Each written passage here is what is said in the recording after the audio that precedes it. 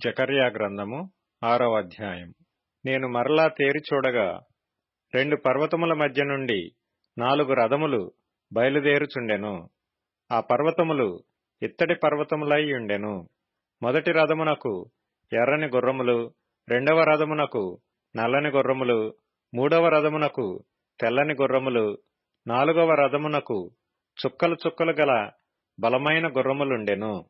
నా ఏలినవాడా, ఇవేమిటి అని నాతో మాట్లాడుచున్న దూతను నేనడుగగా, అతడు నాతో ఇట్లనెను: ఇవి సర్వలోకనాథుడగు యెహోవా సన్నిధిని విడిచి బయలువెళ్ళు ఆకాశపు చతుర్యాయువులు.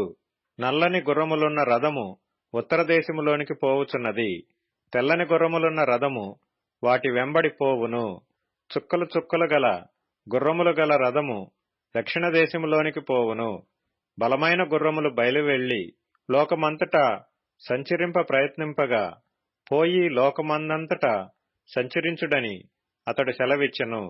గనుక అవి లోకమందంతటా సంచరించుచుండెను.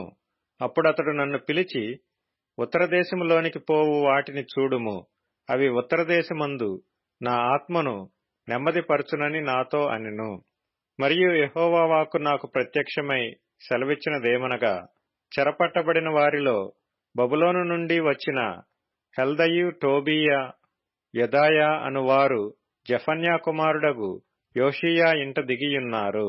వారు చేరిన దినముననే నీవు ఆ ఇంటికి పోయి వారినడిగి వెండి బంగారములను తీసుకొని కిరీటము చేసి ప్రధాన యాజకుడును యెహోజాదా కుమారుడునైన యెహోషువ తలమీద ఉంచి అతనితో ఇట్లనము: సైన్యములకు అధిపతియగు యెహోవా సెలవిచ్చినదేమనగా, చిగురు అను ఒకడు కలడు.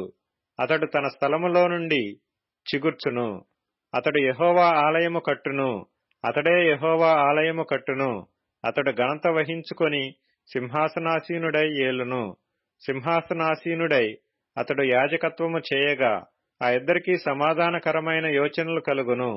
ఆ కిరీటము యెహోవా ఆలయములో జ్ఞాపకార్థముగా ఉంచబడి హేలెమునకును, టోబీయాకును, యెదాయాకును, జెఫన్యా కుమారుడైన హేనునకును ఉండును.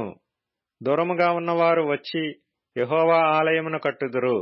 అప్పుడు యెహోవా నన్ను మీ యొద్దకు పంపెనని మీరు తెలిసికొందురు.